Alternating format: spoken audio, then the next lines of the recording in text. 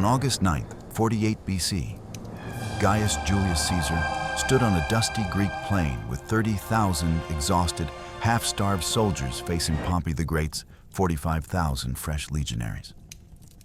By noon, the Roman Republic was dead, and one man's tactical genius had rewritten the rules of warfare forever. Think about those numbers for a second. 30,000 against 45,000. Caesar was outnumbered 3-2. His men hadn't been paid in months, and Pompey commanded the largest Roman army ever assembled. The Senate, the old guard, every respectable Roman backed Pompey. Caesar was the rebel, the traitor, the man who'd crossed the Rubicon. One loss here meant execution, disgrace, the end of everything. Yet by the end of this video, you'll understand how Caesar turned certain annihilation into Rome's most decisive victory. I'm about to reveal 3 things that will change how you see ancient warfare forever. First, the invisible fourth line that Pompey never saw coming. Second, why 7,000 elite cavalry fled from 1,000 exhausted horsemen. And third, the moment Pompey abandoned his own men and ran. But here's what makes this truly unbelievable. How did Caesar convince starving soldiers to charge a superior force? What tactical innovation did he deploy that's still studied at West Point today? Why did Pompey, Rome's greatest general, make the single worst decision of his career? And how did one morning on a Greek battlefield kill the Roman Republic forever? To understand how 30,000 men destroyed Rome's mightiest army, we need to step back to when Caesar was trapped, desperate, and running out of time. January 10th, 49th of BC. Julius Caesar stood at the Rubicon River with a single legion and made the decision that would plunge Rome into civil war. He crossed, spoke the words, "The die is cast," and within weeks, Pompey the Great and the Senate fled Italy entirely. But crossing the Rubicon was the easy part. What followed was 18 months of brutal campaigning across the Mediterranean, a desperate chase from Spain to Greece, and Caesar slowly realizing he'd backed himself into a corner from which only total victory or total annihilation would release him. By August 48th BC, both armies had converged on the plains near Pharsalus in central Greece, and the fate of Rome would be decided by men who just months before had called each other brothers. Think about what that means for a second. The Roman legions, the most sophisticated military machine ever created, were about to tear themselves apart. Not Romans against Gauls or Germans or Persians. Romans against Romans. Citizens against citizens. The Senate's army versus the people's champion. This wasn't a foreign war. This was fratricide on an industrial scale. And both sides knew that when the dust settled, the winner wouldn't just control Rome. They'd redefine what Rome meant. The casualties before Pharsalus were already staggering. Caesar had defeated Pompey's legates in Spain, crushing 2 armies totaling 70,000 men at Ilerda and Munda. Pompey had secured Greece and the eastern provinces, commanding the loyalty of dozens of client kings and access to infinite resources. But neither victory was decisive. The Senate still legitimized Pompey's cause. Caesar still commanded the loyalty of battle-hardened Gallic veterans who'd followed him for a decade. The Civil War had become a war of attrition. And by the summer of 48 BC, both men understood that the next major battle wouldn't just decide military supremacy. It would decide whether Rome remained a republic or became something else entirely. Here's where the situation becomes genuinely desperate for Caesar. By June 48th BC, he'd chased Pompey across the Adriatic into Greece, but he'd done it with an army that was disintegrating. His supply lines were non-existent. Pompey controlled the Mediterranean, so no grain shipments reached Caesar's camps. His men were literally starving. Ancient sources record soldiers boiling grass and eating tree bark to survive. When Caesar's scouts captured some of Pompey's supply convoys, they found bread, wine, fresh meat. When Pompey's scouts captured Caesar's supplies, they found roots and whatever the soldiers could forage from hostile Greek countryside. The desertion rate was climbing. Caesar's Gallic cavalry, the horsemen who'd helped him conquer France, began slipping away in the night, heading back north to tribes that would pay them. His junior officers were questioning whether continuing was suicide. Even Mark Antony, Caesar's most loyal commander, reportedly pulled him aside and asked whether retreat was still possible. Caesar's response, recorded by Plutarch, was chilling.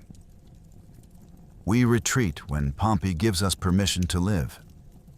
Until then, we march forward."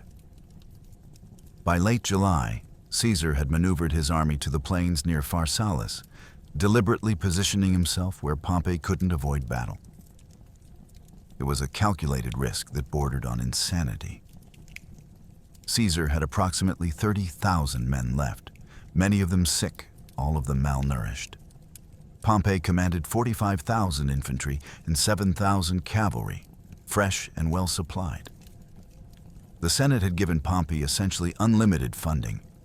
Rome's aristocracy had bet everything on crushing this upstart general who dared challenge their authority. They weren't planning for a battle. They were planning an execution. But Caesar had something Pompey didn't: absolute loyalty from men who'd conquered an empire with him. These weren't conscripts or political appointees. These were veterans of Alesia, where they'd besieged a Gallic fortress and then fought off a relief army of 250,000. They'd crossed the Rhine, invaded Britain, and marched the length of Gaul. They'd followed Caesar across the Rubicon, knowing it meant civil war, and they'd stayed with him even when the Senate declared them all traitors. Starving, outnumbered, cut off in hostile territory, they were still Caesar's legions.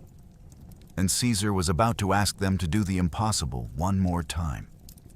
What neither army knew as they faced each other across that dusty Greek plain was that this battle would kill more than soldiers.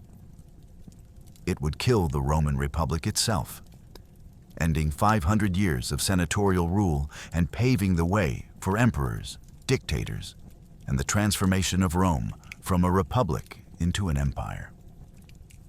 The Senate thought they were fighting to preserve Rome's traditional government. Caesar thought he was fighting for his political survival. Neither understood they were both fighting to destroy the very system they claimed to defend.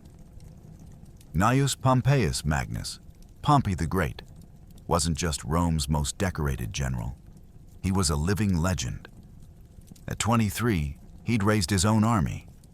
At 25, he'd crushed a rebellion in Africa and earned his triumph.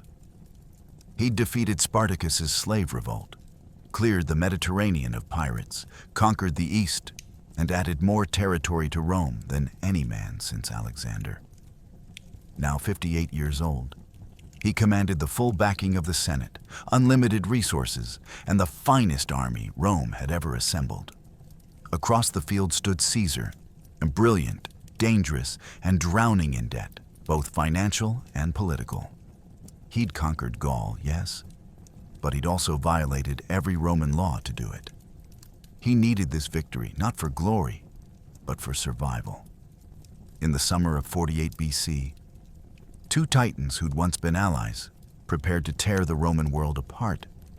Let that sink in for a moment. Pompey had been awarded 3 triumphs by age 36, something no Roman in history had achieved. He'd defeated armies on 3 continents. When Rome needed the Mediterranean cleared of pirates who'd been terrorizing shipping lanes for decades, Pompey accomplished it in 3 months with a fleet of 500 ships and 120,000 men. When the Senate needed someone to crush Mithridates of Pontus, a king who'd already defeated multiple Roman armies, Pompey destroyed him so completely that the kingdom ceased to exist. His military record was flawless. 58 years old, and he'd never lost a major battle. Caesar's resume was shorter, but no less impressive. Between 58 and 50 BC, he'd conquered the entirety of Gaul, modern France, Belgium, and parts of Germany and Switzerland. He'd fought over 50 pitched battles, besieged more than 800 towns, and defeated tribal coalitions numbering in the hundreds of thousands. At Alesia in 52 BC, he'd accomplished what military historians still consider impossible: besieged a fortified city while simultaneously fighting off a relief army of 250,000 warriors. His legions had crossed the Rhine twice and invaded Britain, places Romans thought were at the edge of the world. He was 52 years old, and every one of his veterans would die for him without hesitation. Here's what makes this confrontation genuinely insane. These men weren't just rivals. They'd been family. Pompey had married Caesar's daughter, Julia, in 59 BC. The marriage had been political, yes, but by all accounts, Pompey had genuinely loved her. When Julia died in childbirth in 54 BC, personal bond between the two men died with her. Then in 53 BC, Crassus, the third member of their political alliance, the first triumvirate, got himself killed fighting the Parthians at Carrhae. That left just two men at the top of Roman politics, and Rome had never been big enough for two alphas. The Senate had spent years trying to destroy Caesar. They'd passed laws stripping him of his command. They'd declared him an enemy of the state. They demanded he return to Rome as a private citizen, which everyone knew meant he'd be prosecuted, bankrupted, and probably exiled or executed. Caesar's debts alone totaled over 25 million sesterces, roughly $2 billion in modern money. He owed everyone from senators to moneylenders to the soldiers he'd paid from his own funds. The only thing keeping his creditors at bay was his political immunity as a proconsul. Lose that, and he'd be destroyed financially before any criminal trial even started. Pompey had initially tried to stay neutral. He'd been Caesar's ally, his friend, his son-in-law. But the Senate made him an offer he couldn't refuse: command of all Roman forces, unlimited funding, and the chance to be remembered as the man who saved the Republic from a tyrant. Pompey accepted, and with that decision, he guaranteed that one of Rome's greatest generals would end up dead, disgraced, or ruling as a dictator. Think about the psychological warfare happening between these two men. They knew each other's tactics, their tendencies, their weaknesses. Caesar knew that Pompey was cautious, preferred overwhelming force, and hated taking risks. Pompey knew that Caesar was aggressive, gambled constantly, and inspired fanatical loyalty in his troops. They'd spent years reading each other's dispatches, studying each other's campaigns, understanding how the other thought. Now they were about to use that knowledge to try to kill each other. But here's what neither man had fully grasped as they stared across that Greek plain in August 48 BC. This wasn't just a battle between two generals. It was a battle between two visions of Rome's future. Pompey represented the old order: senatorial authority, aristocratic privilege, the republic as it had always been. Caesar represented something new and terrifying: populist politics, military loyalty over institutional authority, the concentration of power in a single, brilliant, dangerous man. One of them would win at Pharsalus, and whichever one did, the Rome they'd both grown up in would be gone forever. The question was, who wanted victory more? The legend defending his perfect record, or the debtor fighting for his life? For months, Pompey had refused to fight. His strategy was elegant in its simplicity: starve Caesar out. Pompey controlled the sea, the supply lines, and the political legitimacy. Caesar's army was trapped in hostile Greek territory, cut off from reinforcements, surviving on scraps. Pompey's legions ate well, Caesar's men boiled grass to survive. Ancient sources record Caesar's soldiers presenting Pompey with bread made from roots and bark, shouting, "We'll eat wood before we surrender." The strategy was working. Caesar's veterans were deserting. His Gallic cavalry had abandoned him. His officers were openly questioning whether continuing was suicide. By August, Caesar was desperate enough to do something insane. Force Pompey into the one thing Pompey didn't want: an open battle.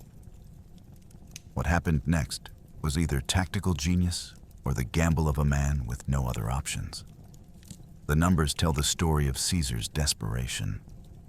By July 48th BC, his army's caloric intake had dropped to roughly 1,200 calories per day, barely enough to keep soldiers alive, let alone combat ready. A Roman legionary in active campaign needed approximately 3,000 calories daily to maintain fighting effectiveness. Caesar's men were operating at 40% capacity, and it showed. Soldiers who'd marched 20 miles a day through Gaul were now struggling to cover 10. The sick rate was climbing: dysentery, malnutrition, infections that wouldn't heal. Ancient sources record that Caesar's army was shrinking by dozens of men per day, not from combat, but from starvation and disease. Pompey, meanwhile, commanded a supply network that would make modern logistics officers jealous.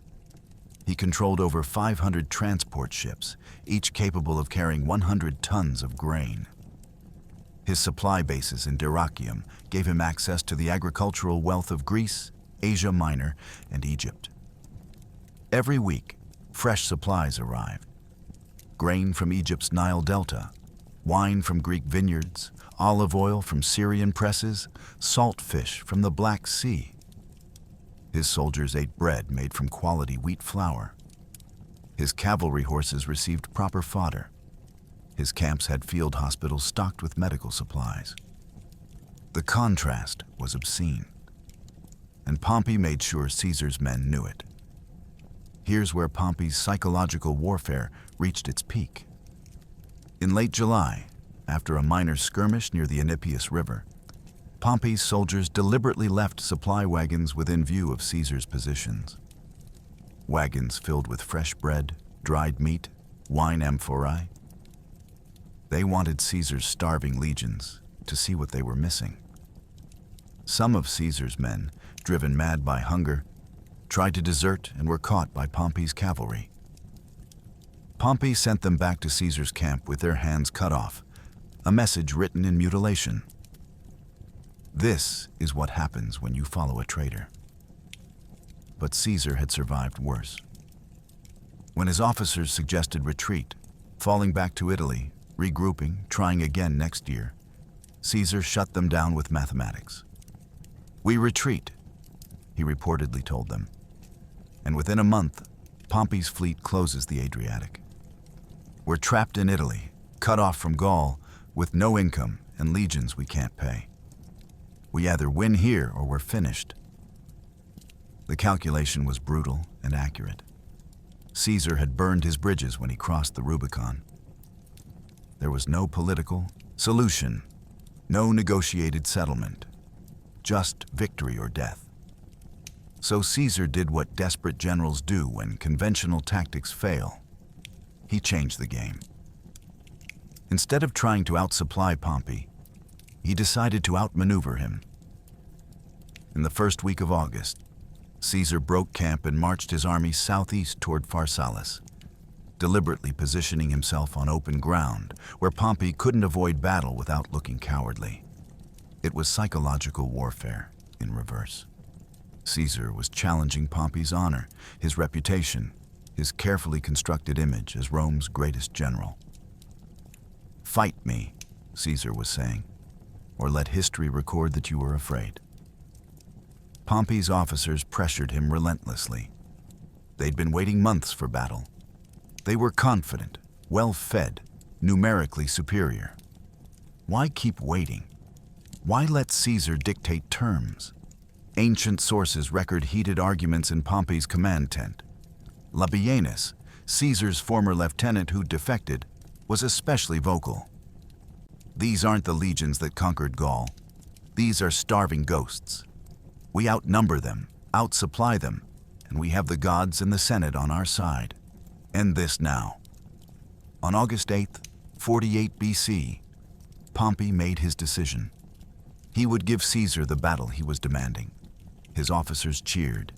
His legions prepared weapons and armor, confident in the mathematical certainty of their victory. They had 45,000 infantry against Caesar's 30,000.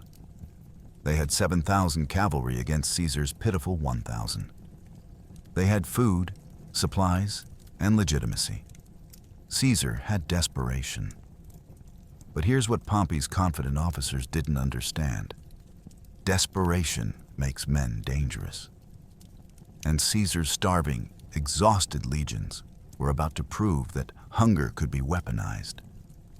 The Battle of Pharsalus wasn't going to be won by the army with more food. It was going to be won by the army with more will to survive. And Caesar's men knew that if they lost, they wouldn't just die on this battlefield. They'd die as traitors, their names erased from history, their families disgraced.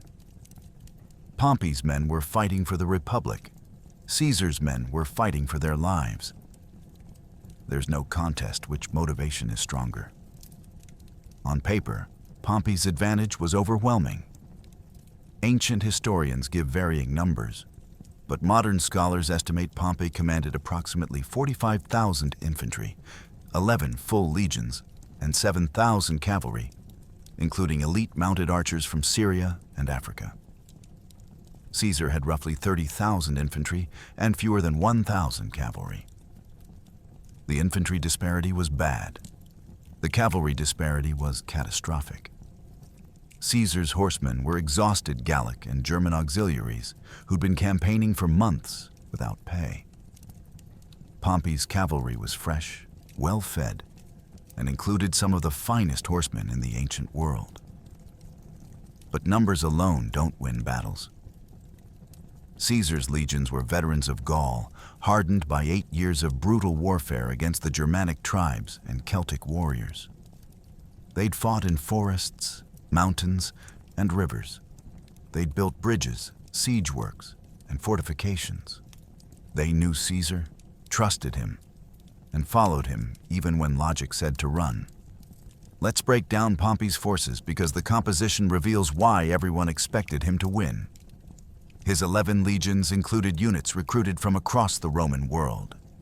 Spanish legions from Hispania, Syrian auxiliaries who'd fought in the east, Greek and Macedonian infantry who understood the terrain, and 2 full legions of Italian veterans who'd served under Pompey for over a decade. His 1st and 3rd legions were elite units with combat experience stretching back to the wars against Mithridates. These weren't raw recruits. They were professional soldiers who'd been paid regularly, fed properly, and trained to Roman standards. But here's where Pompey's advantage becomes truly staggering. His cavalry. 7,000 mounted warriors versus Caesar's 1,000. That's a 7-to-1 superiority in the arm that won ancient battles. Among those 7,000 were Gallic nobles who defected from Caesar, Germanic chieftains seeking Roman gold, and, most dangerous, Syrian horse archers who could fire arrows at full gallop with devastating accuracy. Pompey also had North African Numidian cavalry, light horsemen famous for their speed and skirmishing ability. These weren't just numbers on a roster. These were the finest cavalry units money could buy. Think about what that cavalry advantage meant tactically. In ancient warfare, cavalry didn't just fight other cavalry. They were the decisive arm that could flank infantry, pursue routing enemies, and turn victories into annihilations. With 7-to-1 superiority, Pompey could simply sweep around Caesar's flanks and attack from behind. Standard Roman doctrine said this should be impossible to defend against. Caesar would be forced to extend his lines dangerously thin or risk being enveloped. Either way, he'd lose. Caesar's army, by contrast, looked like it had already lost. His 30,000 infantry were organized into just 8 seriously understrength legions. The legendary 10th Legion, Caesar's elite unit, his most trusted troops, numbered only 2,500 men, when full strength should have been 4,800. His 8th and 9th legions were down to roughly 2,000 men each. Casualties from the Spanish campaign, desertions during the Greek pursuit, and disease had cut his forces nearly in half. Some cohorts were operating at barely 40% strength. But here's what the numbers didn't capture: experience. Caesar's 10th Legion had been with him since 58 BC, when the Gallic campaigns began. These men had fought at the Sabes River in 57 BC, when Germanic tribes ambushed them, and they'd held formation under a rain of javelins that should have broken them. They'd besieged Avaricum, where they'd built siege ramps in freezing rain while Celtic warriors attacked from the walls. They'd survived Alesia, the battle where 80,000 Gauls defended a hilltop fortress, while 250,000 more attacked Caesar's siege lines from outside. The men of the 10th had fought in that battle for weeks, building 2 concentric walls, fighting enemies on both sides simultaneously, and somehow winning. Caesar's centurions were worth their weight in gold. These weren't officers who'd bought their commissions through political connections.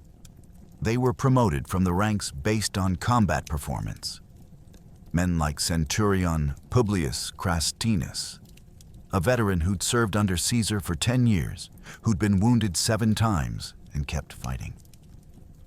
Men like Centurion Gaius Volusenus, who'd led the cavalry reconnaissance into Britain and survived ambush after ambush.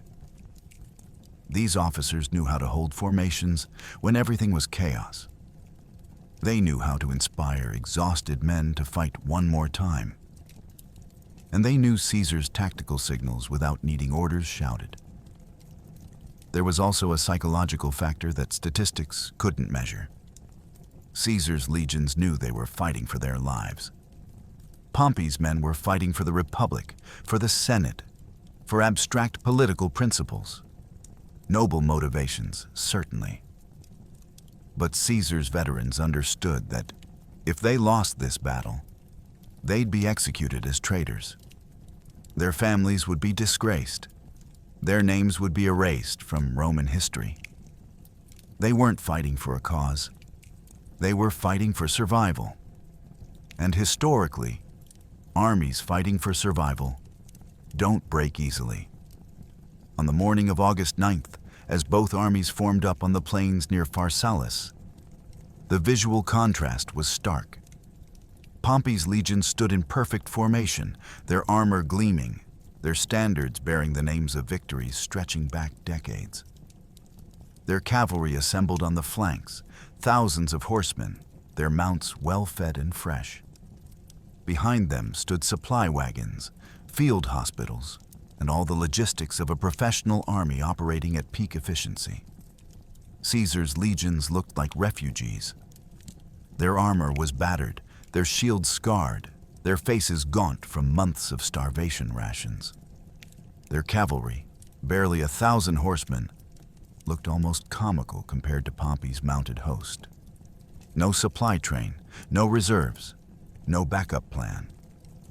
Just 30,000 desperate men standing in dusty Greek soil, waiting for their general to tell them how they were supposed to survive the next few hours.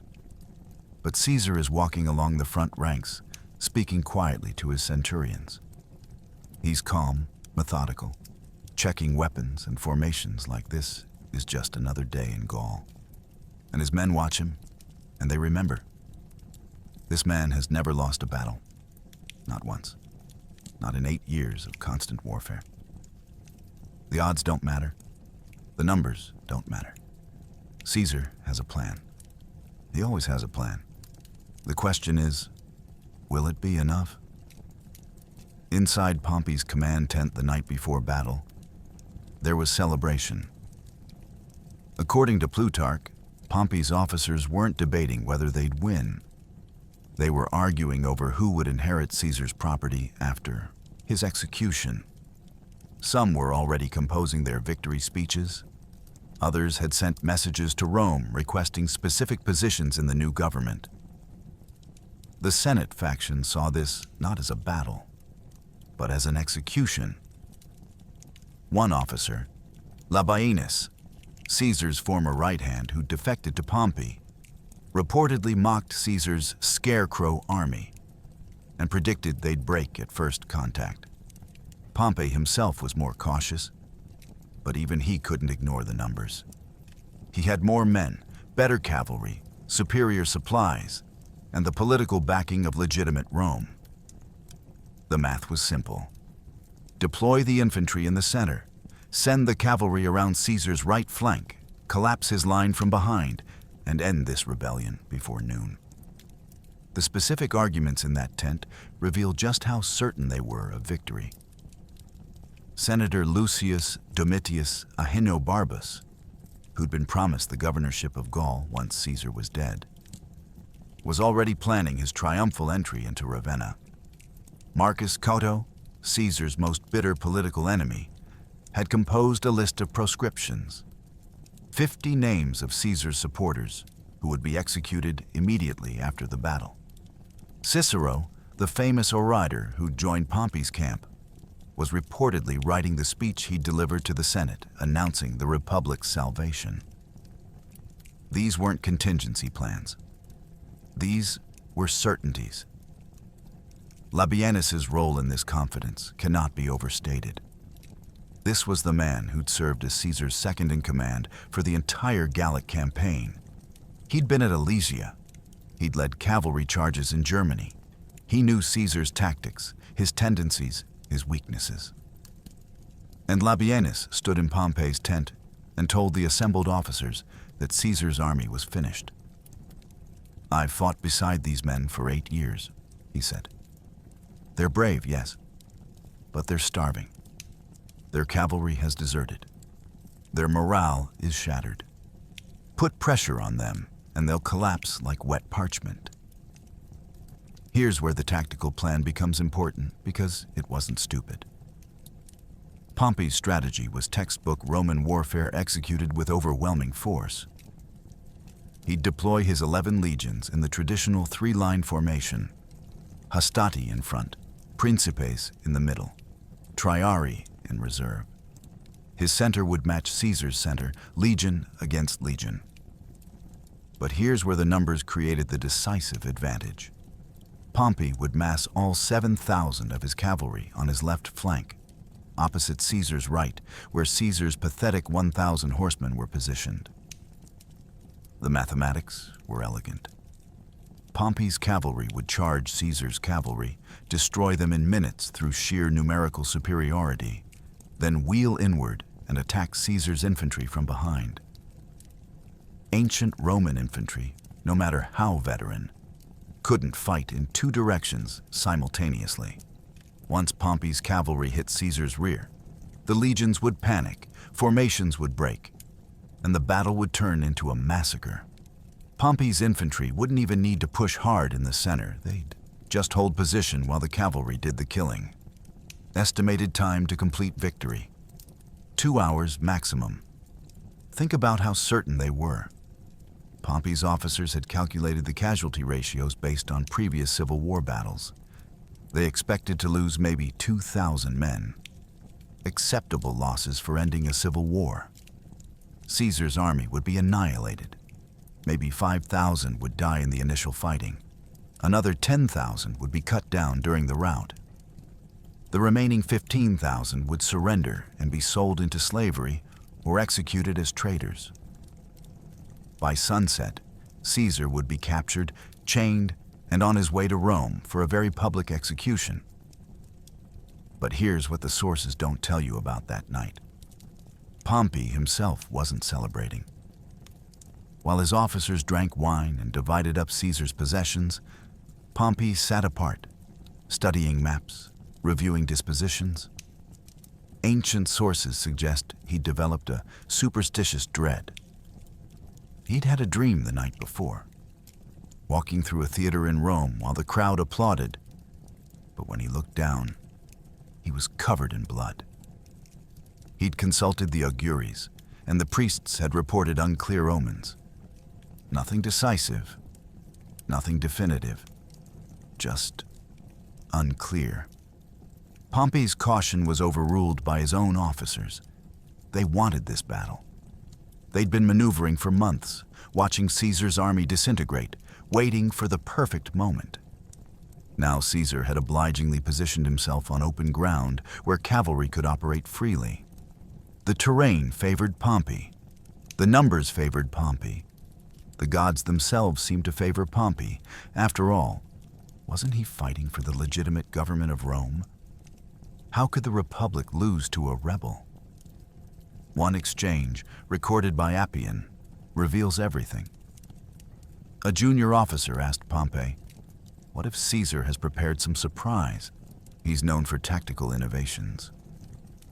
Pompey's response was measured but telling. "I've fought for 40 years. I've seen every trick, every stratagem, every desperate gambit. Caesar is brilliant, yes, but brilliance cannot overcome mathematics. We have 15,000 more men and 7 times his cavalry. There is no tactical innovation that can bridge that gap." The officer nodded, satisfied. The celebration continued. Maps were rolled up, armor was polished, swords were sharpened. Pompey's legions settled into their camps for a final night's rest before the easiest victory of the Civil War. What none of them knew, what they couldn't have known, was that Caesar had spent the entire evening walking through his camp, speaking to his centurions, giving very specific, very unusual orders. Orders that violated every standard tactical doctrine. Orders that would only make sense when Pompey's cavalry made their charge. At dawn on August 9th, 48 BC, Pompey's officers would wake up confident, well-fed, and certain of victory. By noon, they'd be running for their lives, trying to understand how the impossible had just happened. But first, they needed to sleep. After all, tomorrow was just a formality. Tomorrow was the day the Republic would be saved. Tomorrow was the day Pompey the Great would learn that overconfidence kills just as surely as a gladius through the ribs. At dawn on August 9th, Caesar faced a decision that would define his legacy. His men were starving. His cavalry was outnumbered 7-1. His infantry was outnumbered 3-2. Retreat was impossible. Pompey controlled every escape route. Surrender meant execution. The only option was to attack a superior force with exhausted soldiers and somehow win. Ancient sources record Caesar walking through his camp that morning, speaking quietly to his centurions, checking weapons, looking into the eyes of men who'd followed him from Gaul to the ends of the known world. Some of these men had been with him for a decade. They'd crossed the Rhine, invaded Britain, stormed Gallic fortresses, and marched across the Alps into Italy. Now they stood on a Greek plain, hungry and outnumbered, facing the moment that would either make them legends or corpses. Caesar's message was simple. Today, we end this. The dawn conference with his senior officers was brutal in its honesty. Caesar laid out the mathematics with no sugarcoating. Pompey has 45,000 infantry. We have 30,000. He has 7,000 cavalry. We have under 1,000. His men ate bread this morning. Ours ate whatever roots they could dig up. By every rational calculation, we should lose. According to ancient sources, Mark Antony, commanding Caesar's left flank, asked the obvious question, "So why are we fighting?" Caesar's response, "Because losing slowly through starvation is still losing. At least this way, we control when it happens." But here's what makes this moment genuinely extraordinary. Caesar wasn't giving up. He was explaining why conventional tactics wouldn't work so he could justify what he was about to propose, something so unorthodox that it violated every principle of Roman warfare. He turned to his officers and said, "Pompey will mass his cavalry on our right flank. He'll destroy our horsemen, then sweep behind our lines and collapse us from the rear. This is textbook tactics. This is what I would do with his numbers." The centurions nodded. This was obvious. This was exactly what Pompey would do. "So," Caesar continued, "we're going to prepare for exactly that. And we're going to turn his strength into his destruction." The tent went quiet. Caesar begins drawing in the dirt with a stick, sketching out formations. Standard deployment. 3 lines of infantry. Hastati, Principes, Triarii. But here's what we're doing differently. We're taking 2,000 of our best men. Veterans from the 10th Legion, soldiers I trust absolutely. And we're forming a 4th line. Think about what he's proposing. Roman doctrine had used 3-line formation for centuries. It was proven, tested, drilled into every legionary from their first day of training. Now, Caesar is telling his officers he's inventing a new formation in the middle of a desperate battle against superior forces. The genius and the insanity was in the positioning. This 4th line wouldn't be behind the main battle formation where reserves traditionally stood. It would be hidden on the right flank, angled back, invisible to Pompey's observers. The 4th line doesn't engage our infantry battle at all, Caesar explained. They wait. When Pompey's cavalry charges our right flank and destroys our horsemen, which they will, the 4th line hits them from the side with concentrated infantry assault. One of the centurions, sources suggest it was Publius Crastinus of the 10th, asked the question everyone was thinking. "Sir, infantry against cavalry in open ground?" It was a suicide assignment. Cavalry were mobile, could withdraw and regroup, could outflank and surround stationary infantry. Asking foot soldiers to charge mounted warriors was asking them to die. Caesar looked at Crastinus and said something that ancient sources recorded because of how specific and brutal it was. Not charge them, ambush them. When cavalry commits to a flank attack, they're focused on the target ahead. They're not expecting infantry to appear from the side. And I'm not asking you to defeat 7,000 cavalry. I'm asking you to break their momentum for 60 seconds, throw them into confusion, make them hesitate. That's all I need. Here's where the tactical innovation becomes clear. Caesar wasn't trying to win a cavalry battle with infantry. That would be impossible. He was trying to disrupt Pompey's timing. In ancient warfare, battles were won through synchronized coordination. Infantry holds center. Cavalry wheels around flank.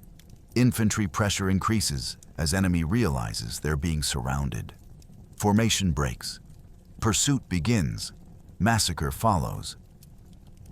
But if the cavalry hesitation even briefly, if their charge stalls, if they lose formation, the entire sequence collapses.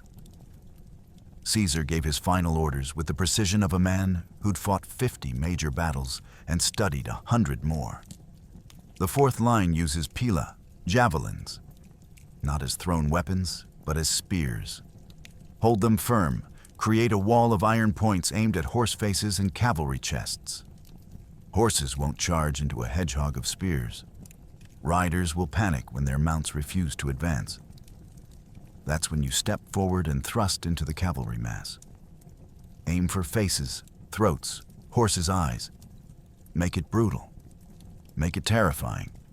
Break their will. The centurions understood. This wasn't about killing 7,000 cavalry. This was about making 7,000 cavalry wish they'd never charged in the first place. At 6 a.m., Caesar dismissed his officers with one final instruction, recorded by Plutarch. No one engages until I give the signal. The 4th line especially. You wait until Pompey's cavalry is committed, charging, focused entirely on our right flank. Then you hit them like the hammer of Mars himself. If the 4th line reveals itself too early, we lose. If you wait too long, we lose. Your timing has to be perfect. As the officers filed out to brief their cohorts, Caesar stood alone in his tent, staring at the crude diagram he'd drawn in the dirt. A fourth line, an ambush formation, infantry against cavalry. It was either brilliant or insane, and he wouldn't know which until Pompey's horsemen charged. Everything, his life, his army's survival, the future of Rome itself, depended on 2,000 men holding their discipline, while 7,000 cavalry thundered toward them. And then, at exactly the right moment, stepping forward and teaching Pompey's elite horsemen what terror felt like.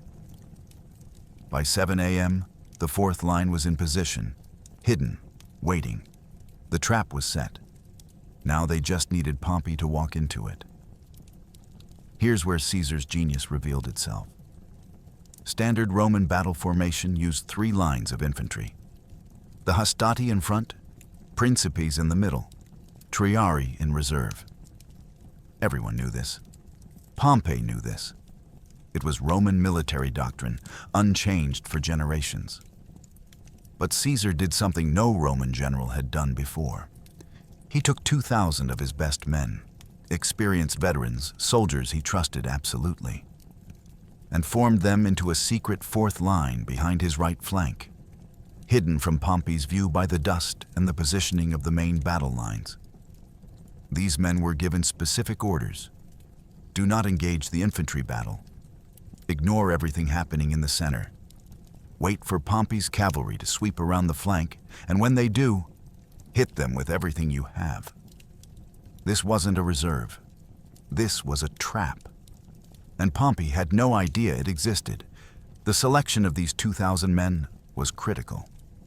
Caesar didn't choose randomly.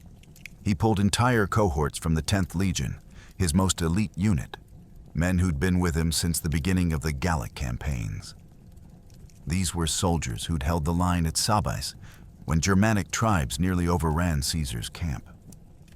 Veterans who'd built siege works at Alesia while being attacked from both sides. Men who'd fought in Britain, crossed the Rhine, survived ambushes in Germanic forests. Caesar needed soldiers who could stand perfectly still while 7,000 cavalry thundered past them, who could hold discipline when every instinct screamed to run, who could execute complex orders under conditions of absolute chaos. The formation itself was unprecedented. Caesar positioned this fourth line at an oblique angle, roughly 45 degrees to his main battle line. Tucked behind his right wing were the terrain, a slight rise and scattered trees created natural concealment. From Pompey's position across the field, these 2,000 men were invisible, hidden by the dust kicked up by 30,000 infantry, obscured by the positioning of Caesar's cavalry screen. Pompey's scouts had counted Caesar's legions, 8 undermanned units deployed in the standard 3-line formation. They'd reported exactly what they'd been trained to see. They never imagined a Roman general would break doctrine so completely. But here's what makes this truly insane. Caesar wasn't just hiding troops, he was gambling everything on perfect timing. The fourth line had to wait until Pompey's cavalry was fully committed to their charge, focused entirely on destroying Caesar's horsemen and preparing to wheel behind the main line. Too early, and Pompey's cavalry would see the trap and withdraw. Too late, and Caesar's right flank would collapse before the fourth line could intervene. The margin for error was measured in seconds. Caesar gave these men orders that seem almost suicidal when you understand ancient cavalry warfare.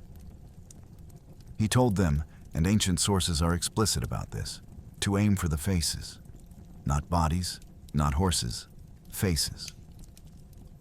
When they charge, Caesar reportedly instructed, hold your pila like spears, not thrown weapons. Create a hedge of iron points, and when they close, thrust upward. Target their eyes, their noses, their mouths. Cavalry fear disfigurement more than death. Make them afraid to close, and they'll break. Think about what he's asking. These are professional cavalrymen, elite mounted warriors who trained for years, charging at full gallop with the confidence of overwhelming numbers.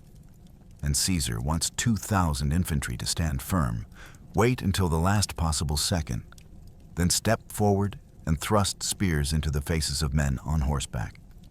One mistake, one moment of hesitation, and those infantrymen would be trampled, cut down, scattered across the field.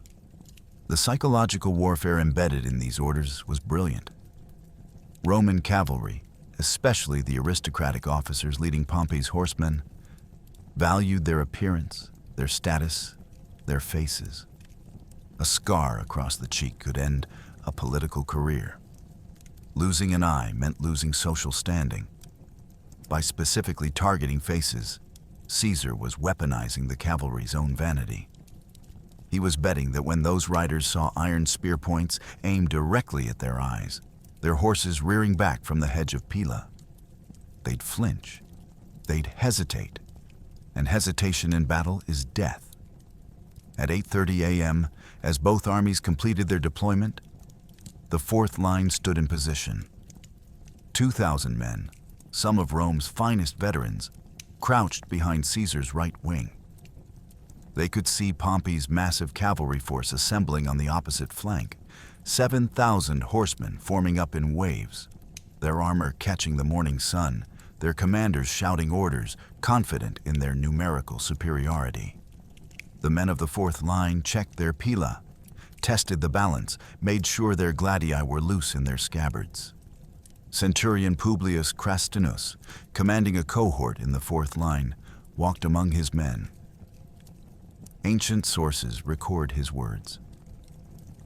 We've fought Gauls, Germans, Britons. We've survived battles that should have killed us. Today, we fight Romans on horses. They think they're invincible. They think numbers guarantee victory. We're about to teach them that discipline beats confidence every single time. The trap was set. The fourth line was invisible. Pompey's cavalry was massing for their decisive charge. Across the field, in Pompey's command position, officers were pointing at Caesar's right flank, discussing the inevitable collapse, calculating how quickly they could roll up Caesar's line once the cavalry broke through. None of them saw the 2,000 men waiting in the dust. None of them suspected that Caesar had rewritten Roman tactical doctrine in a single desperate gamble. None of them understood that in approximately 90 minutes, those invisible soldiers would turn Pompey's greatest strength into his catastrophic weakness. The battle was about to begin, and the first side to realize they'd misunderstood everything would be the first side to lose.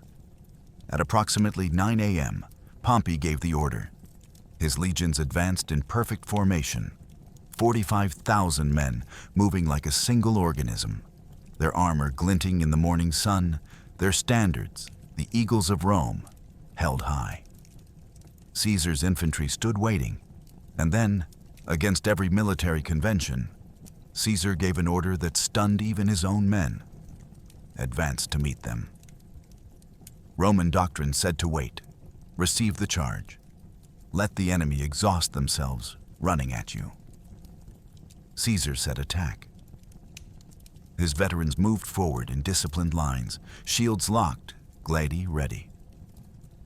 The two armies met in the center with a crash that could be heard for miles. Shield smashed into shield. Gladi thrust through gaps in armor. Men screamed, fell, died. The dust rose in choking clouds. Blood turned the dry Greek soil to mud. For 30 minutes, the center held, both sides locked in brutal close-quarters combat, neither giving ground. This was exactly what Caesar wanted. Keep Pompey's infantry engaged, occupied, focused on the frontal assault while the real battle happened elsewhere. The sound of 75,000 men colliding in combat is almost impossible to describe. Ancient sources compare it to thunder, to an earthquake, to the roar of the ocean in a storm. The initial impact happens in seconds. Shields slam together with enough force to shatter bones. The front ranks, the hastati, absorb the collision. Men in the first line rarely survive more than a few minutes. They're crushed between their own comrades pushing from behind and the enemy pressing from the front. The second line, the principes, steps over the dead and wounded, maintaining formation, keeping the pressure constant. At approximately 9 a.m., Pompey gave the order. His legions advanced in perfect formation, 45,000 men moving like a single organism, their armor glinting in the morning sun, their standards, the eagles of Rome, held high. Caesar's infantry stood waiting, and then, against every military convention, Caesar gave an order that stunned even his own men. Advance to meet them. Roman doctrine said to wait. Receive the charge.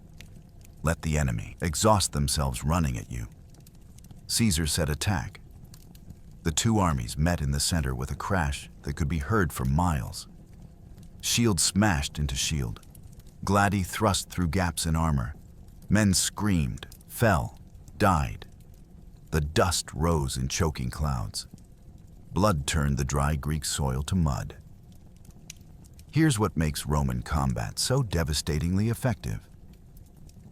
They don't fight as individuals. They fight as a machine. Each legionary has approximately 3 feet of frontage. His shield covers his body and overlaps with his neighbor's shield. His gladius, that short, brutal stabbing sword, protrudes through a gap at waist height. He doesn't swing wildly or slash. He waits for an opening, thrusts forward 18 inches, pulls back. The man behind him does the same. It's industrial killing, methodical and efficient. A single legionary might only get 1 or 2 kill attempts per minute, but multiply that by 30,000 men across a half-mile front, and the mathematics become horrific. The casualty rate in these first 30 minutes is staggering. Ancient historians estimate that approximately 2,500 men fall in the initial contact, roughly 1,000 from Pompey's side, 500 from Caesar's. Think about that. 25 men dying per minute, 1 death every 2.4 seconds. The wounded crawl backward, screaming, trying to reach the rear lines where field medics might save them. Most bleed out before they make it. But here's where Caesar's tactical genius becomes clear. He's not trying to win in the center, he's trying to hold. His orders to his centurions were explicit. Match their pressure. Don't push forward, don't retreat. Just hold them engaged. Every minute Pompey's infantry spends locked in combat with Caesar's center is a minute they're not looking at the flanks, not noticing what's happening on their left wing, not seeing the trap that's about to spring. At 9:20 a.m., Mark Antony sends Caesar an urgent message. Center is holding, but we're taking heavy casualties. Third line will need to commit within the hour. Caesar's response: not yet. Let them bleed us. Let Pompey think his numbers are working. On the Roman left, Pompey unleashed his masterstroke, or so he thought. 7,000 cavalry, the finest horsemen in the Roman world, thundered around Caesar's right flank. This was the move that should have won the battle. Cavalry attacking infantry from the rear was a death sentence in ancient warfare. At 9:25 a.m., when 7,000 cavalry charge as a coordinated mass, the psychological impact alone is devastating. The ground literally shakes. The sound is overwhelming. Hoofbeats merging into continuous thunder, riders shouting, leather creaking, metal rattling.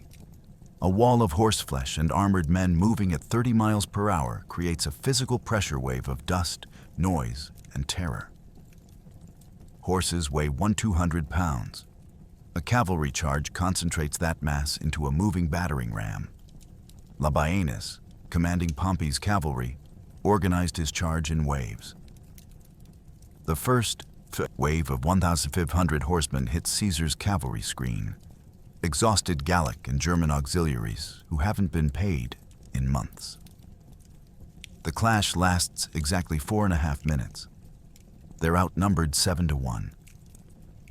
Ancient cavalry combat is brutal. Riders slash downward with long swords, thrust spears into faces and chests. Horses bite and trample. Within minutes, Caesar's entire cavalry screen, 1,000 horsemen, has evaporated from the battlefield. Think about what this looks like to Pompey's officers. Their plan is working perfectly. Now 7,000 mounted warriors are wheeling inward, unopposed, preparing to hit Caesar's infantry from behind. In ancient warfare, this is checkmate. Once Pompey's cavalry crashes into Caesar's rear, the legions will panic, formations will dissolve, and the battle becomes a massacre. At 9:30 a.m., Labienus gives the order to wheel inward. His cavalry shifts from charging forward to turning 90 degrees, preparing to sweep behind Caesar's lines. The riders are confident, exhilarated, already tasting victory. They've just destroyed Caesar's cavalry in under 5 minutes. Now they're about to destroy his infantry and end this civil war. But hidden behind Caesar's right wing, 2,000 men are rising to their feet. The fourth line, those invisible soldiers Caesar positioned in his secret formation, are moving forward. They've been crouched, waiting, watching, holding their discipline despite every instinct screaming to run. Caesar watches from his command position, showing no emotion, no panic. When Pompey's cavalry completes their wheel and begins moving inward, committed to their attack, focused entirely on Caesar's infantry line, completely unaware of the trap, Caesar gives a signal. A single flag drops. The fourth line emerges from concealment and charges directly into the side of Pompey's cavalry formation. 2,000 veteran infantry, pila held like spears, moving in perfect formation, hitting 7,000 horsemen who never saw them coming. 9:31 a.m. The fourth line hits Pompey's cavalry from the flank at a dead run, pila extended like a forest of iron spears. The cavalry's first reaction is confusion. Where did these soldiers come from? The second reaction is panic. Horses, even war-trained mounts, balk when they see a wall of sharp points aimed directly at their faces. They rear. They refuse to charge forward. Riders who've spent their entire lives controlling horses suddenly find their mounts uncontrollable. Here's where Caesar's psychological warfare proves devastating. The fourth line doesn't throw their pila. That would give cavalry distance to maneuver. Instead, they hold them firm at chest height, creating a hedgehog formation bristling with spear points. And they thrust upward, targeting faces, throats, the undersides of jaws. Plutarch records that the cavalry feared disfigurement more than death. A spear thrust that destroyed your face, blinded you, tore away your nose, that ended your career, your social standing, your entire life in Roman society. The front rank of Pompey's cavalry, perhaps 300 horsemen, collides with the fourth line spear hedge. Horses scream and rear backward. Riders who lean forward to strike are met with pila thrusts aimed directly at their eyes. The fourth line steps forward, methodical and ruthless. Gladi flash. Cavalry fall from saddles.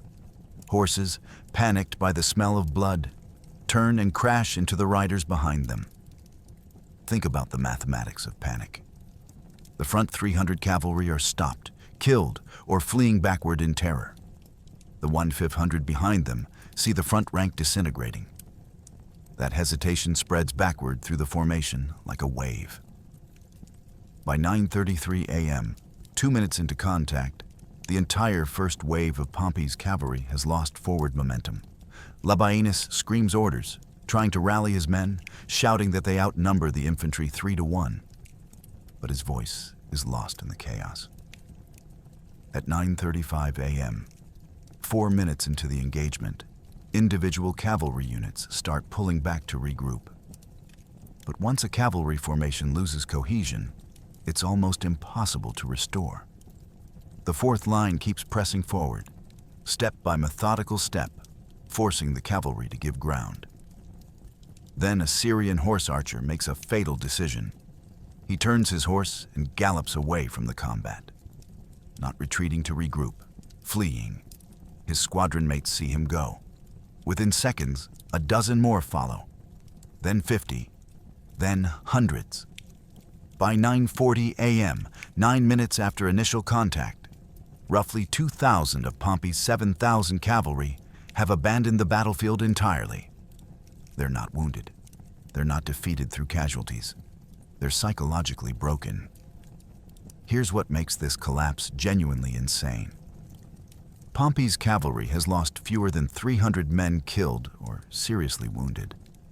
They still outnumber Caesar's fourth line more than 2-1. But when elite troops suddenly face an enemy that targets faces with terrifying precision, that refuses to break no matter how many horses charge them, the psychological impact is catastrophic.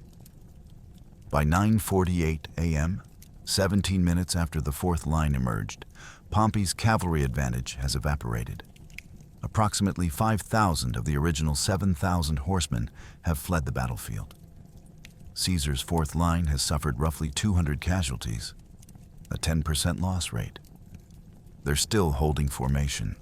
They're still combat effective. And now they wheel inward, exactly as Caesar planned, preparing to hit Pompey's infantry from the flank. 17 minutes.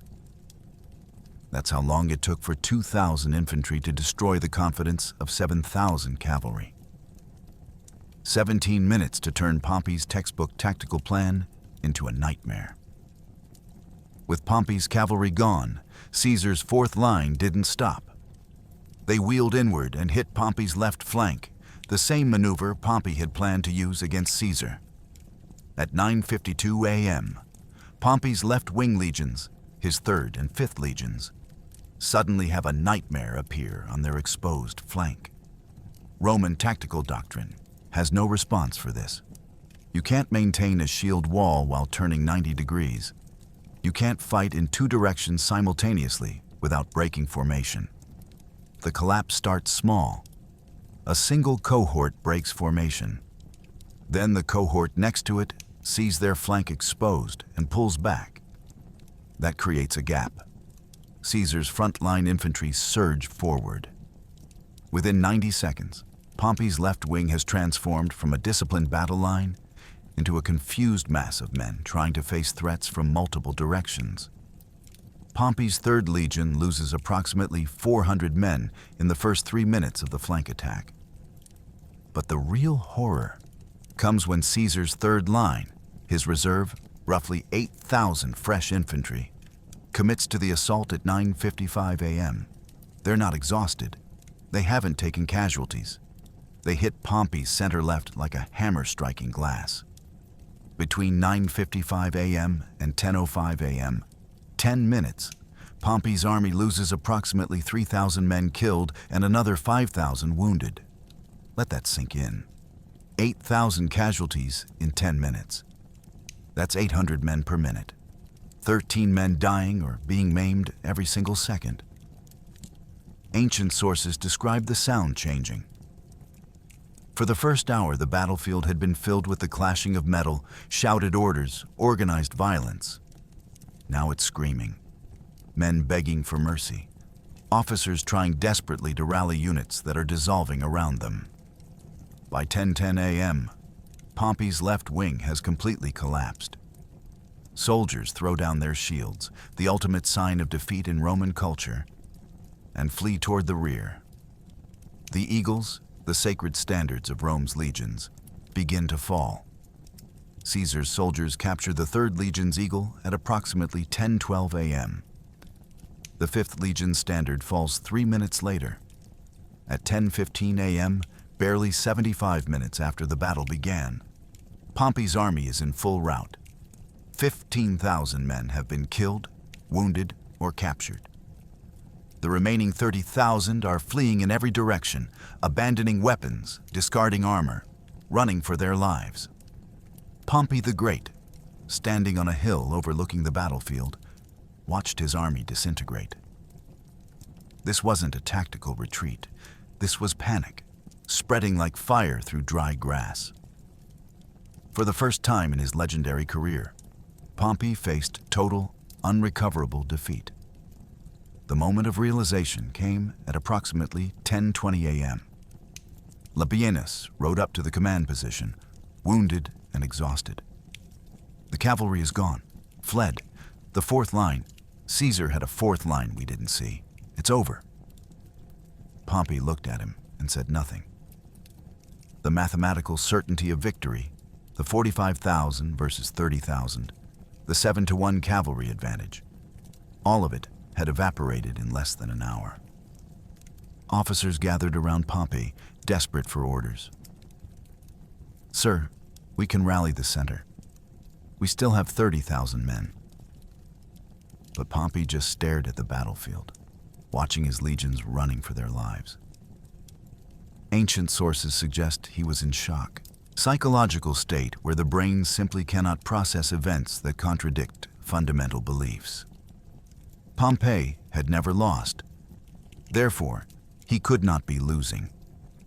The cognitive dissonance paralyzed him. By 11 a.m., 2 hours after the battle started, Pompey turned his horse and fled the field. He abandoned his army, his command tent, his personal effects. He rode toward the coast, toward ships, toward anywhere that wasn't here. Rome's greatest general ran from a battlefield for the first time in his life. On the plains of Pharsalus, Caesar's veterans were hunting down the men Pompey had left to die. The battle was over. The slaughter had just begun. Here's what makes this moment truly devastating. Pompey was right that he could have rallied. At 10:20 a.m., he still had approximately 30,000 combat-effective troops. His camp was fortified. If he'd pulled back, reorganized, and held defensive positions, he could have extended the battle for hours, maybe days. Caesar's army was still outnumbered and exhausted, but rallying required leadership, decision-making, the ability to adapt to disaster.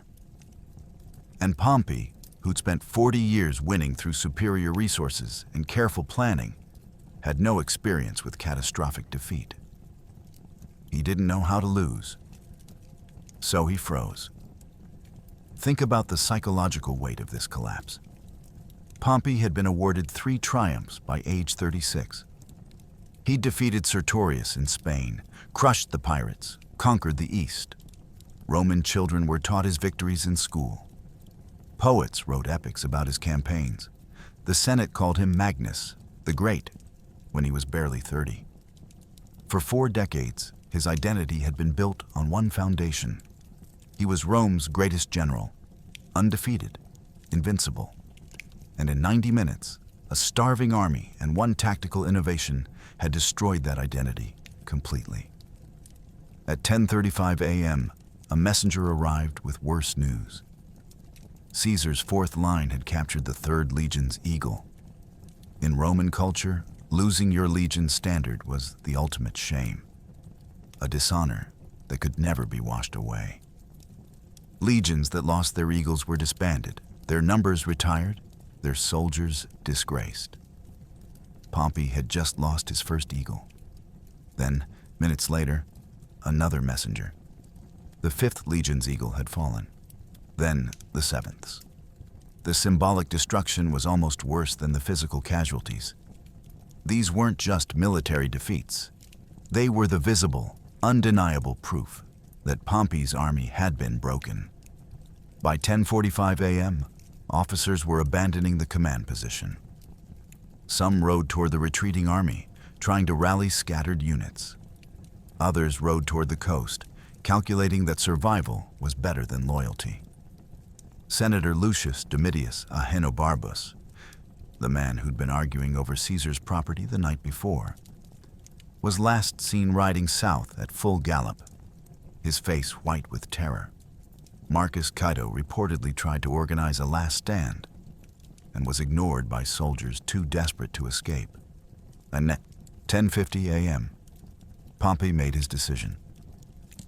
He turned to his remaining staff officers and said, according to Plutarch, "Save yourselves. I've brought you to this. Don't die for my mistakes."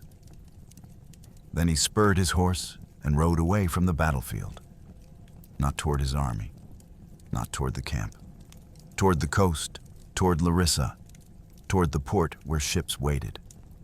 He was abandoning 45,000 men, soldiers who'd sworn loyalty to him, who'd believed his promises of inevitable victory, who were now being cut down by Caesar's pursuing legions. Here's what Pompey left behind in his command tent: his personal correspondence with the Senate, maps of the eastern provinces he'd conquered, a list of promotions and rewards he'd planned to distribute after the victory, his armor inlaid with gold, his family seal, documents proving his legitimacy as Rome's consul.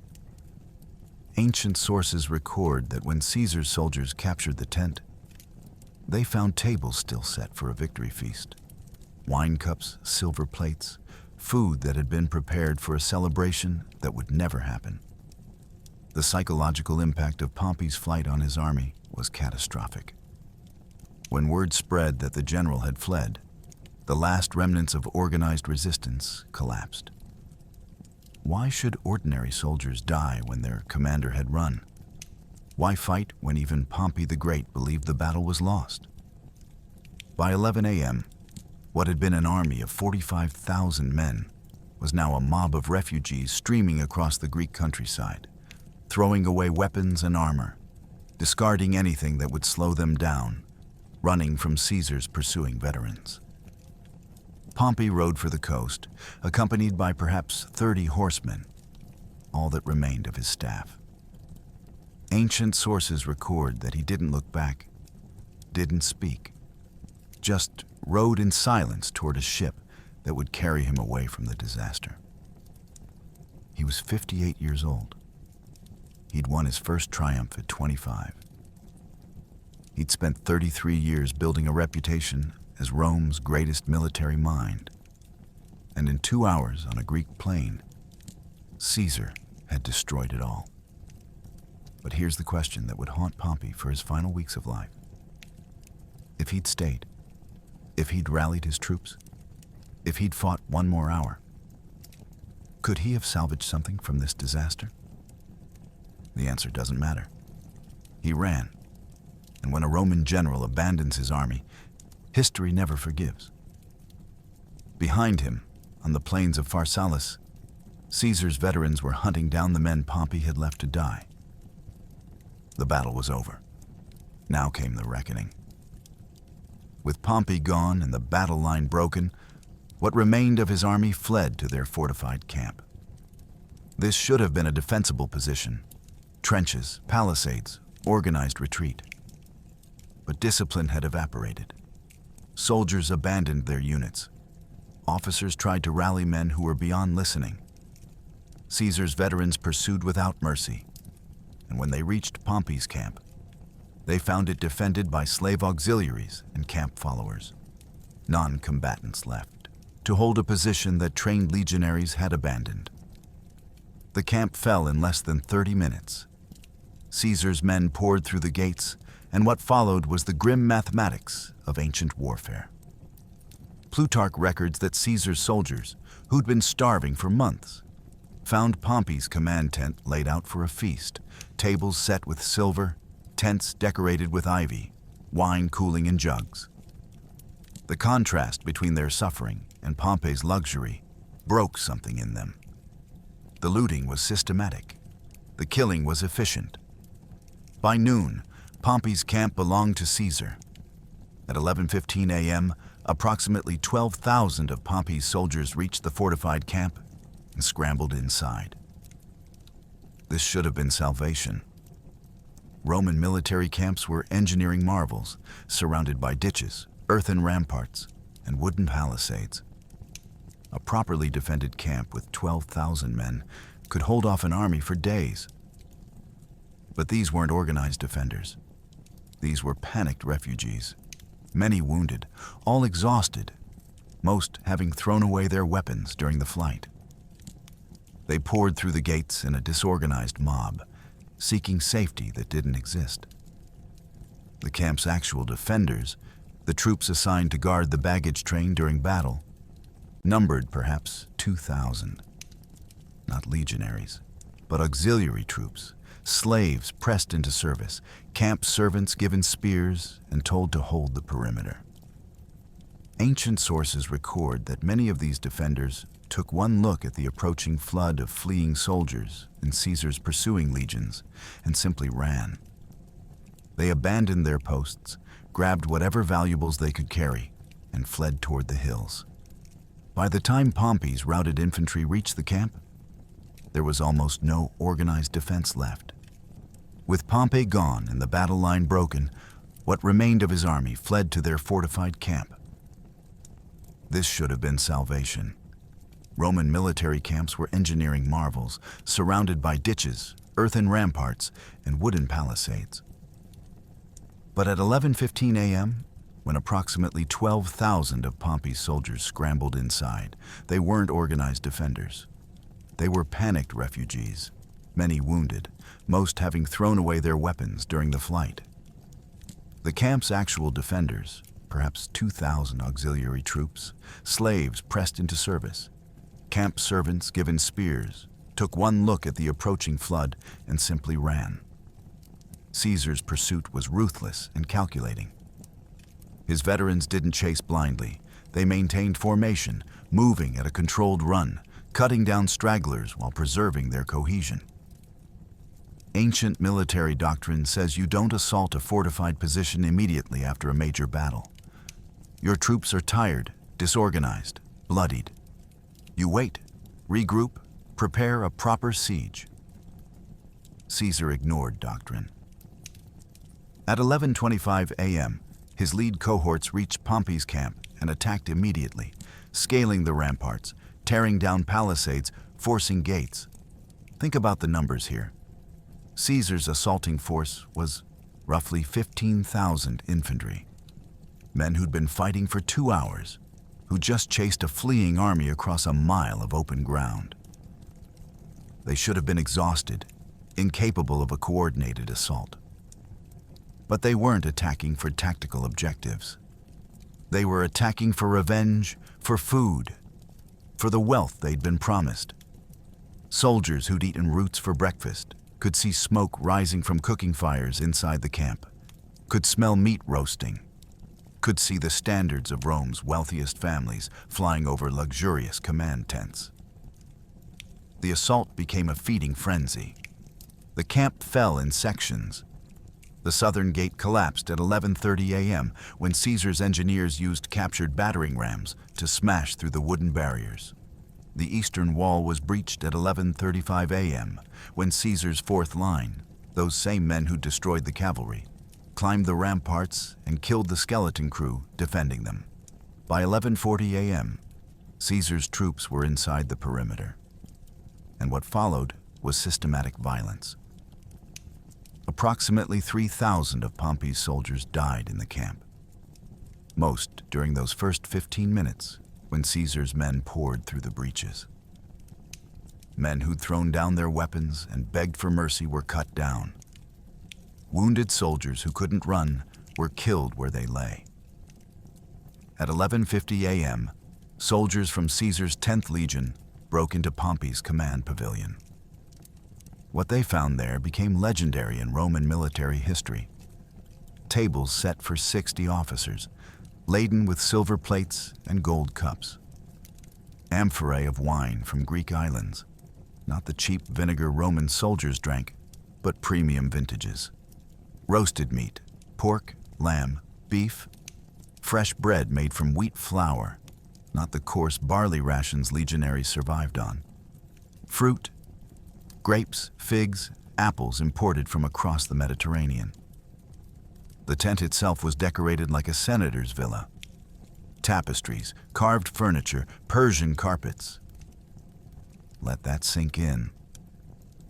While Caesar's men had been eating grass boiled in water, Pompey's officers had been planning a victory feast with luxury food and wine. The psychological impact was volcanic. Soldiers who'd maintained discipline through months of starvation, who'd fought a desperate battle on empty stomachs. They saw this abundance, and something broke. The looting intensified. Men stuffed their mouths with bread while their gladii were still bloody. They drank wine straight from amphorae, then went back to killing with renewed fury.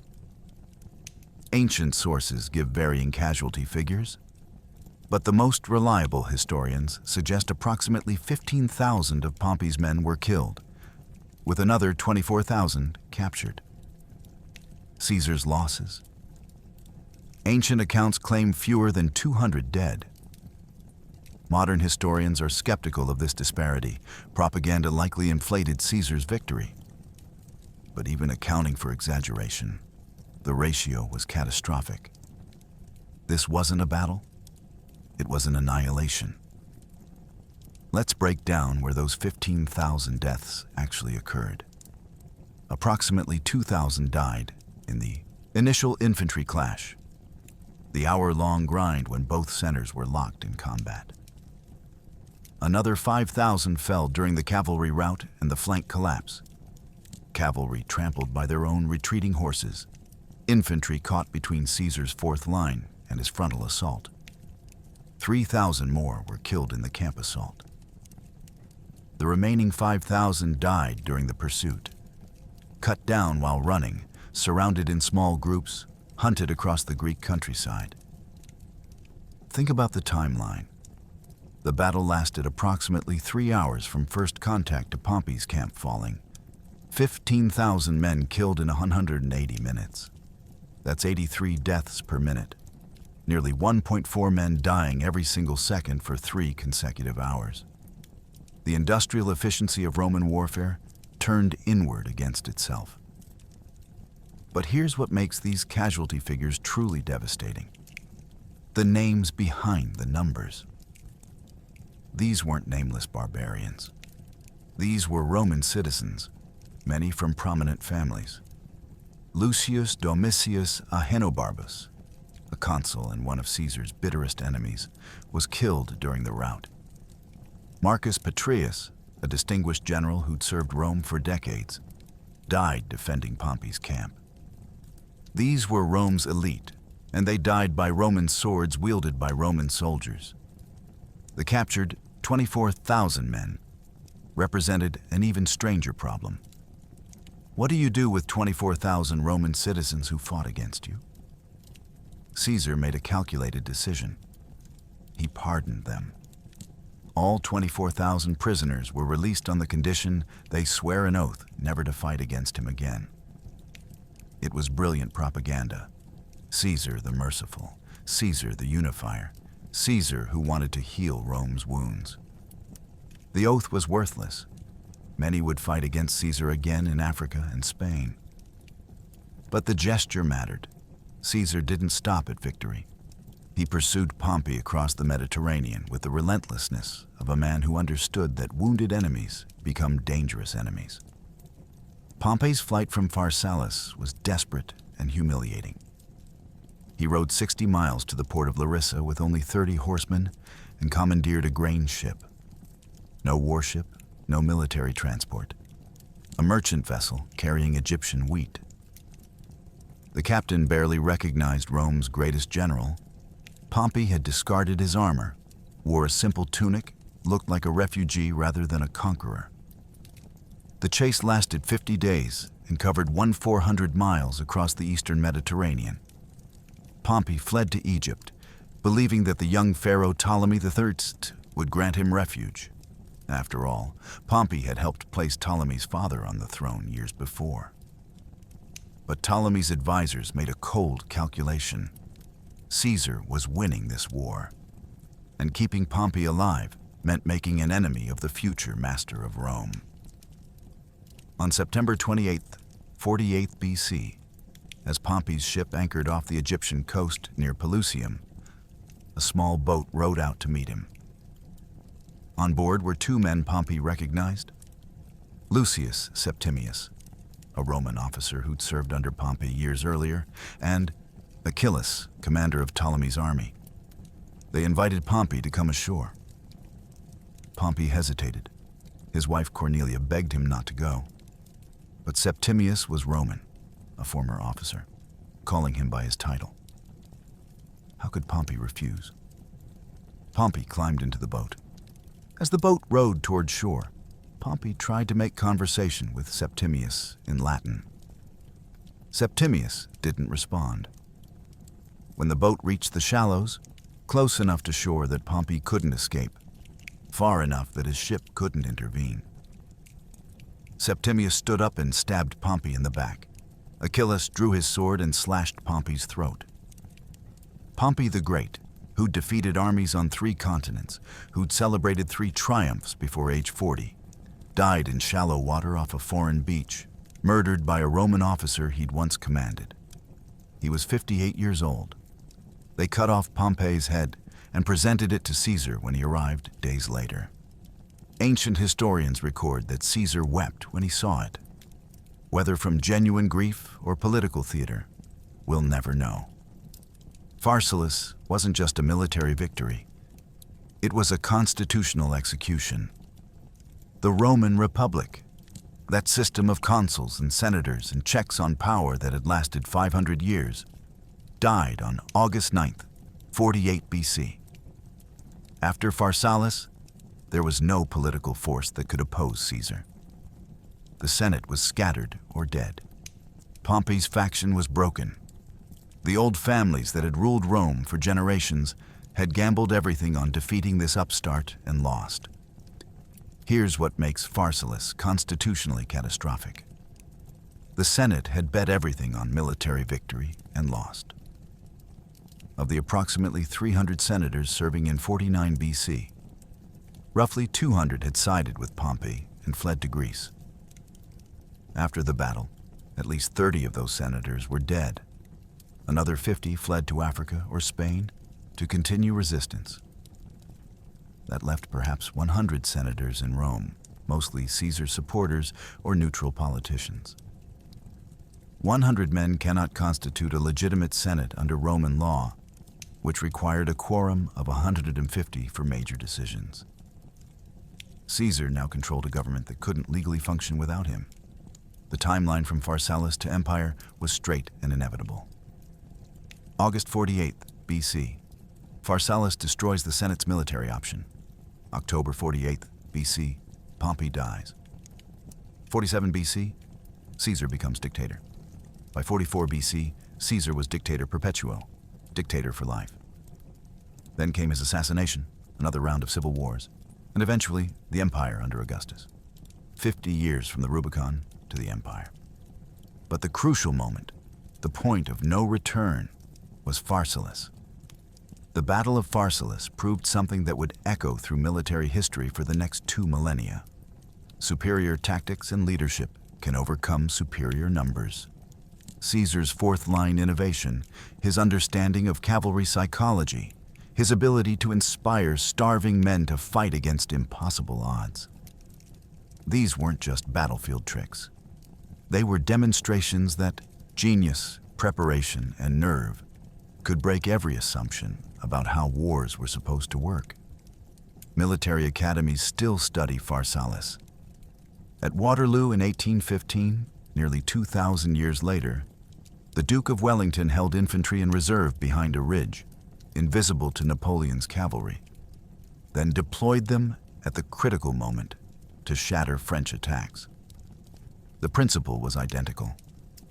Hide your strength. Let the enemy commit to what they think is your weakness. Then spring the trap. Napoleon himself studied Caesar obsessively and specifically cited Pharsalus as an example of how tactical deception could overcome numerical disadvantage. But beyond tactics, Pharsalus demonstrated something darker.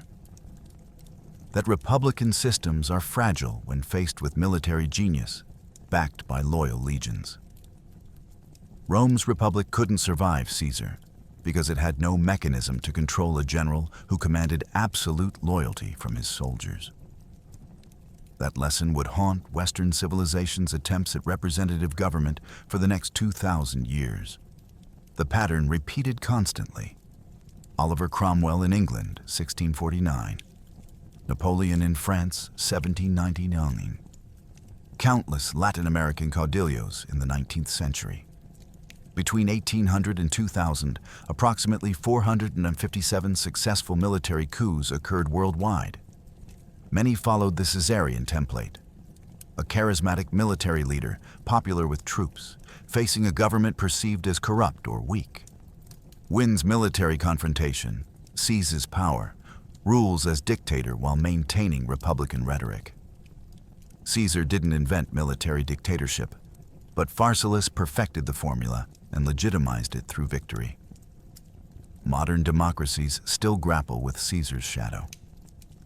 The United States Constitution includes specific provisions: civilian control of military, separation of powers, limited terms, explicitly designed to prevent an American Caesar. So do most modern democratic constitutions. They're all responding to what happened on August 9th, 48 BC. But ultimately, Pharsalus's greatest legacy is its demonstration that genius and preparation can achieve the impossible. Caesar faced insurmountable odds. Outnumbered, starving, cut off, fighting the legitimate government of Rome backed by unlimited resources.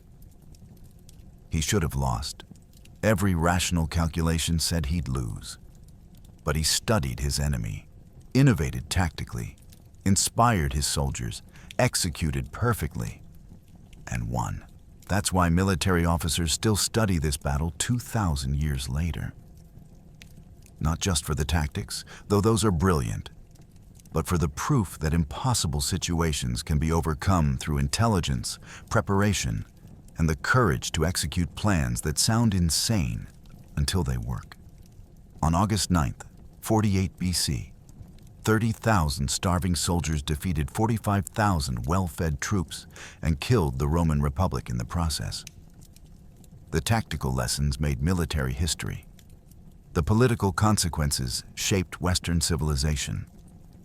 And the name Caesar became synonymous with absolute power: Kaiser, Tsar, Emperor. Because of what happened in 3 hours on a dusty Greek plain where one brilliant, desperate man proved that talent could triumph over resources, and in doing so, change the world forever.